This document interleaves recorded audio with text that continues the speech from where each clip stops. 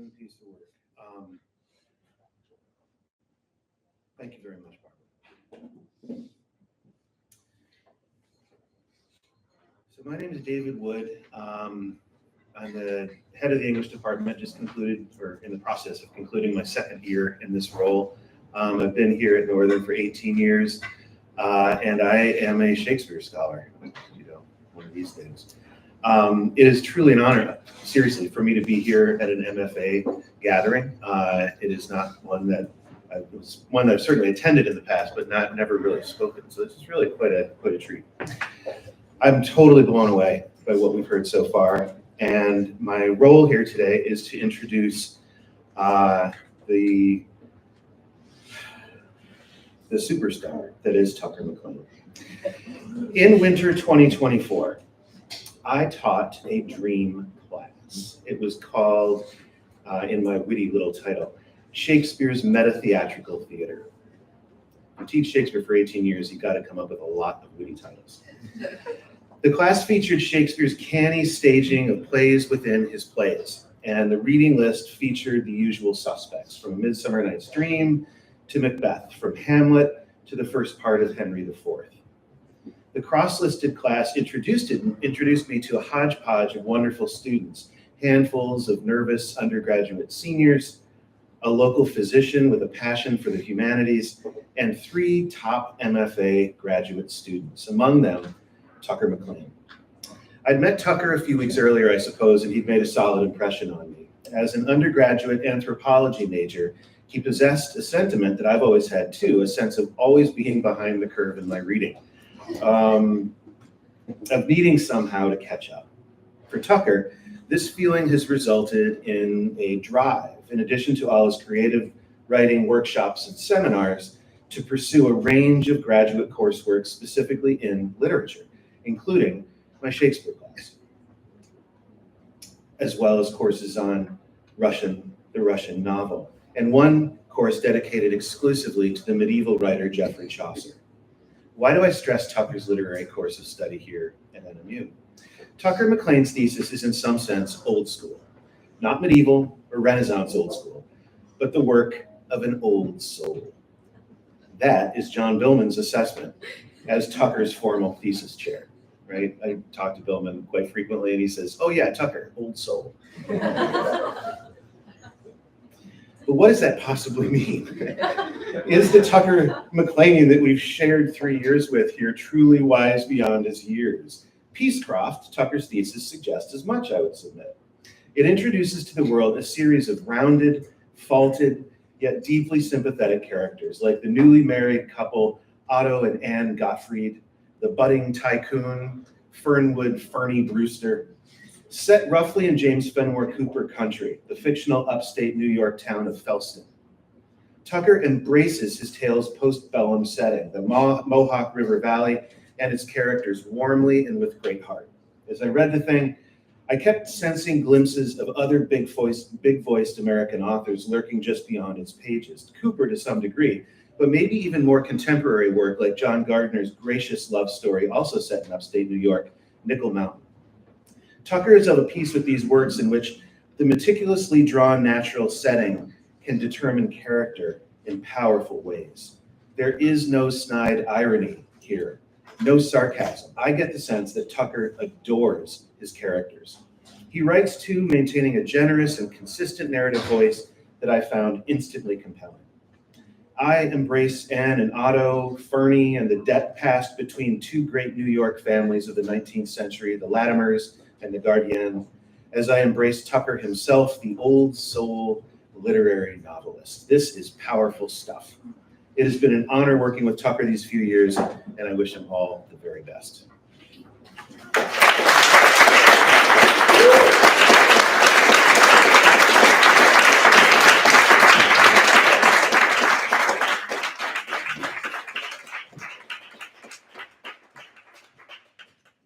Thank you so much. PK and I perhaps have the widest gulf in heights within the program, so I'm going to move the microphone. No offense. Thank you all for being here. Thank you so much, Dr. Wood, for that introduction. I know you were very nervous, but you did a great job. And just a round of applause.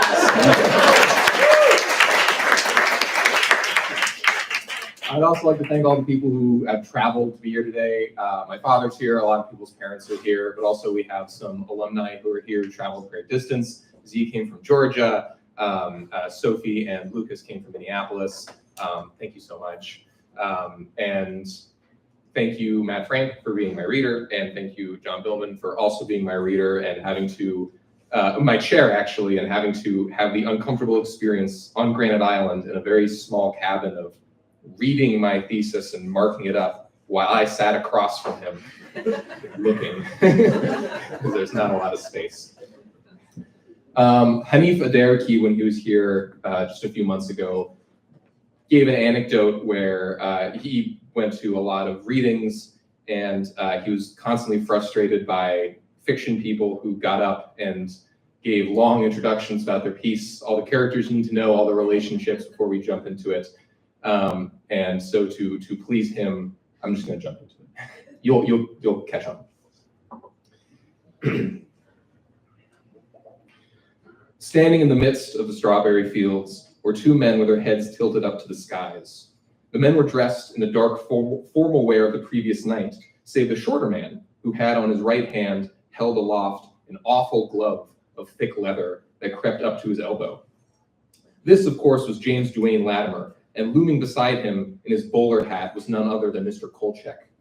Mr. Kolchak had a long green bottle in each of his gloved hands, which, judging by the way Mr. Kolchak used them to annotate and enhance his speech, were mostly empty. They took no notice of Anne and Otto as they approached. It was Mr. Kolchak who first saw the pair. He patted Mr. Latimer's shoulder and then pointed to the couple. "Anne!" Mr. Latimer shouted, his smile stretching to each of his rosy, bulging cheeks. With his free hand, he gestured and approached. Come here, wait!" He stopped himself. "Wait there just a moment. Don't even move a toe." "Look," Mr. Kolchak whispered, pointing back up into the sky. "Here she comes." Down from the growing blue morning soared a falcon with a rat in its talons. You see, shouted JD, hopping up and down and patting Mr. Kolchak on the arm. "She's a master, a true master at her game." He extended his gloved arm out and the falcon returned to it. Mr. Kolchak slipped one of the bottles into JD's hand and he took it and toasted to his falcon before bringing it to his lips. Remembering that they had guests, JD once again gestured with the bottle to Anne and Otto. "Isn't she spectacular?" he asked as they got close. JD was staring at the bird, his eyes as focused as he could make them, and his mouth stuck open with reverence. "She's beautiful," Anne said, herself also quite taken with the falcon. She clasped her hands to her chest and crept towards JD, trying her best not to frighten the creature. "Does she have a name?" "Well, it's funny you should ask, as that has been the very question on my mind. The breeder from whom I purchased her from had named her Athena, which is a good and proper name, I think." "Oh, Athena is a wonderful name," Anne agreed, joy filling her chest as the falcon raised its beak from the rat and looked at her, cocking its head at odd angles to try and get the full image of the young lady. Yes, quite wonderful, but I'm not sure. A name given can only be so good, you know. The way I see it, she is my bird now, and as such deserves to have a name that I have, well, not given per se, but bestowed." "A powerful idea," Mr. Kolchak affirmed from behind JD, who swung his body around to see him, causing the falcon to flap its wings and balance itself. Mr. Kolchak just smiled and nodded at JD, who swung back around to address Anne. "I think it's a powerful idea," JD said, a proud smile on his face. Mr. Kolchak stood beside and behind JD, but not too far that it could be said he was really behind or beside him. He was back and to the right, beyond JD's periphery by just the width of a hair, causing JD to swing his head around to look at him whenever Mr. Kolchak spoke. Otto cleared his throat. "Mr. Latimer, I'm sorry to call upon you again so early, but..." As Otto approached, the falcon whipped its head around to him and shrieked, extending its wings and puffing out its body. Its call was so powerful that it forced hands to cover ears and sent Otto tumbling back into one of the hedges.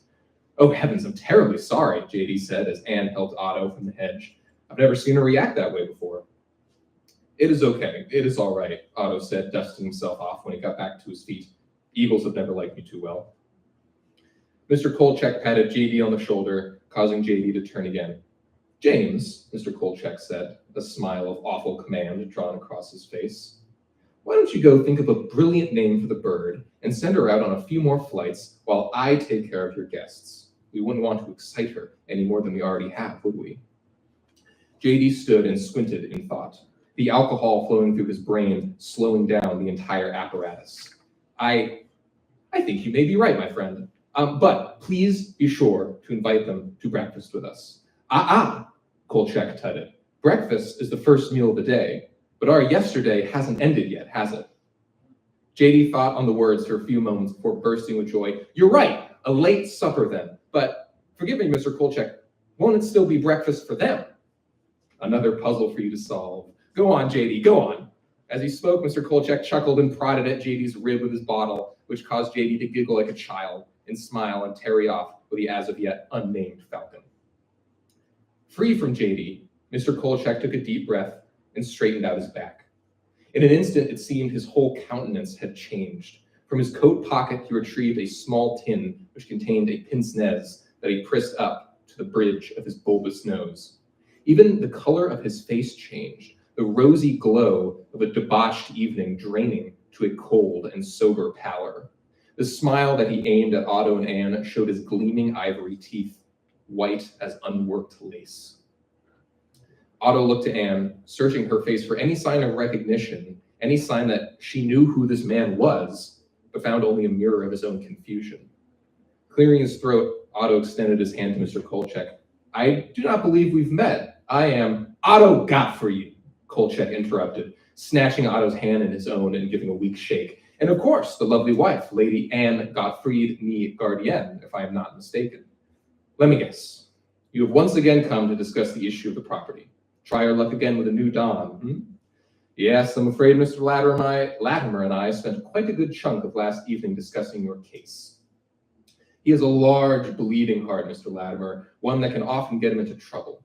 It can lead him to make rash decisions, not take a long view of the situation. And let me tell you, he made one such rash decision with you, Otto Gottfried, last night. Mr. Kolchak had let go of Otto's hand by then and handed Otto the bottle he had been holding so he could fetch a cigarette and matchbook from his pocket. The bottle sloshed in Otto's hand. He brought it to his nose and recoiled at the clean, empty smell. It didn't have any liquor in it at all. The bottle was filled with water. Mr. Kolchak, looking up as he lit his cigarette, winked at him.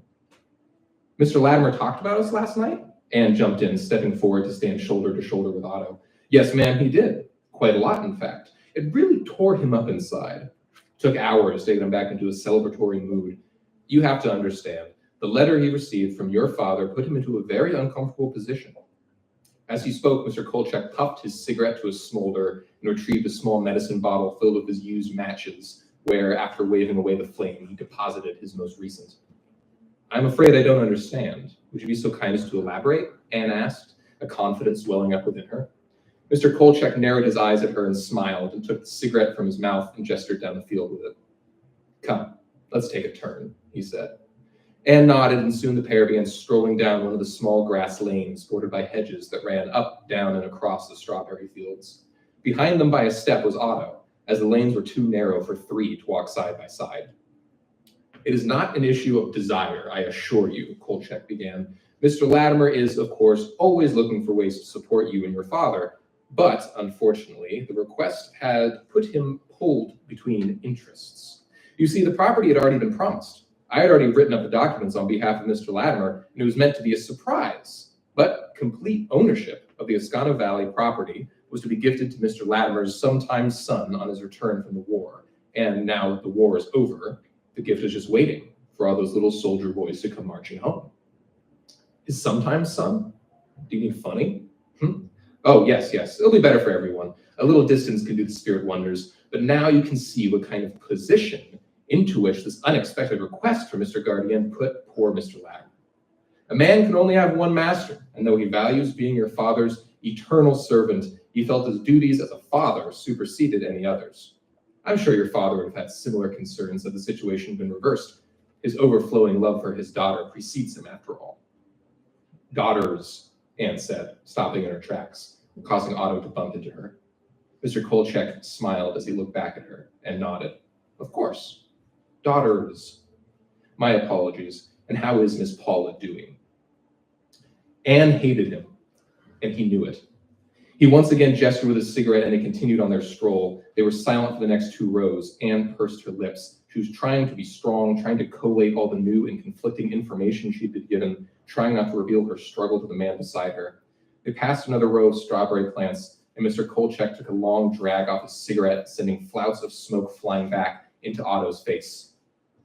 The silence was heavy and roiling, but before Anne broke it, she stumbled into a moment of clarity. She seemed in a moment to pause the world and take a step outside of herself. Everything froze as she surveyed the scene, the slope down to the river, the hedgerows, the strawberry plants, Mr. Latimer tending to his falcon, and the smoking man standing beside her. His stance, his gait, his cigarette, his smile, his stupid pince-nez, each aspect seemed designed by a grand architect to engender supplication. And it was working. She knew then that this Mr. Kolchak was playing a game in which Anne was not considered a player. The silence was part of it. She knew that if she was the first to speak now, if she was the first to break the silence that was drowning her, but in which Mr. Kolchak soon to be swimming, that she would be placing in Mr. Kolchak's hand her leash and kneeling at his feet, much like her husband had already done, coughing through Mr. Kolchak's cigarette smoke, and much like it seemed Mr. Latimer hadn't realized he had already done. Anne was the only person there he hadn't yet defeated. If Mr. Latimer is just going to deny us again, Anne began, despite herself, her throat dry and whistling, then there are much more expedient ways to send us on our way. Quite, Mr. Kolchak dragged out with a languid voice. If Mr. Latimer were to deny you again, you wouldn't be speaking to me at all. Thankfully, due to a long night of discussion and debate, I am happy to say that cooler heads have prevailed. We have managed to come up with a solution that we feel will be beneficial and agreeable to all involved parties. That means you as well, Mr. Gottfried. And how exactly have you been able to do that? Anne said, jutting in before Otto had a chance to respond to Mr. Kolchak's remark. How familiar are you with the geography of the Ascana Valley, Lady Anne? Somewhat. In fact, we'd spent the night there before coming here. It's a lovely place. Indeed. Now, as you may remember, the Latimer's estate in the valley lies in the hills north of the river. Beyond that estate, the valley is, to put it mildly, underdeveloped. This is by design, of course. There's no better way to clear a man's mind than isolation and the raw beauty of our glorious country. However, this does mean that Mr. Latimer is in possession of a magnificent amount of acreage, which is laying fallow, so to speak.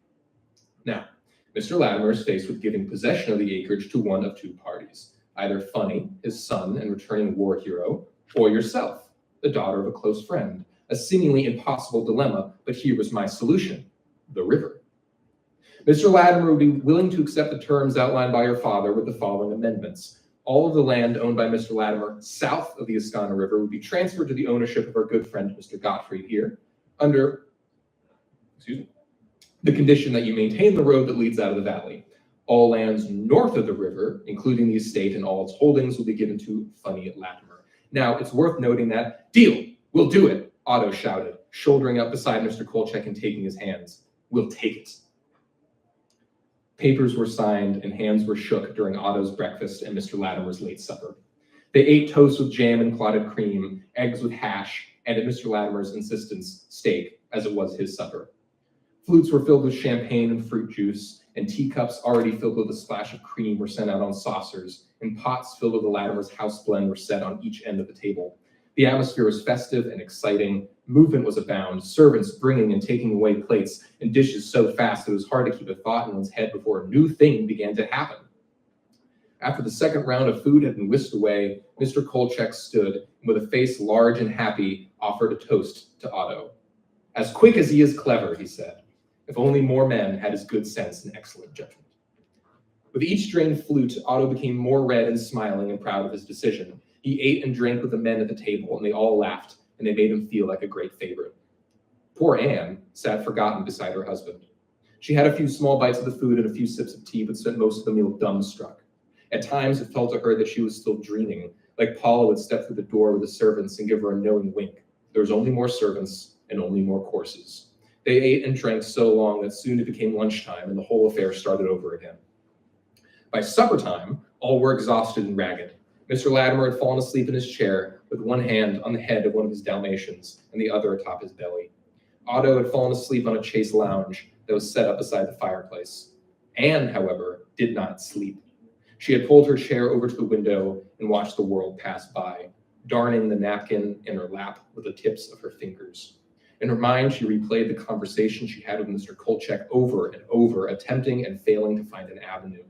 Her frustration mounted with each go-over as it became more and more clear to her that there was no path to victory. One existed. She knew it, but she couldn't find it. Her father could have. Her father would have easily put Mr. Kolchak in his place, but he wasn't there. She feared he wouldn't ever be there again. It was that same Mr. Kolchak that broke her from her trance. He tapped her on her shoulder as he donned his bowler cap. Anne looked up to him. Mr. Kolchak was wearing his black greatcoat and had already put on his scarf and gloves.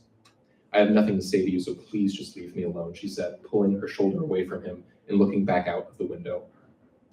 Miss Gottfried, Mr. Kolchak began, the model of sobriety. If you see your father again, thank him for me. And with that, he strode out of the dining hall and away from the Latimer estate. Anne watched him go, her red eyes burning into the back of his jacket. And in that moment, with clenched jaw and pursed lips, she made a sincere promise to herself, the terms of which she did not know. Thank you very much.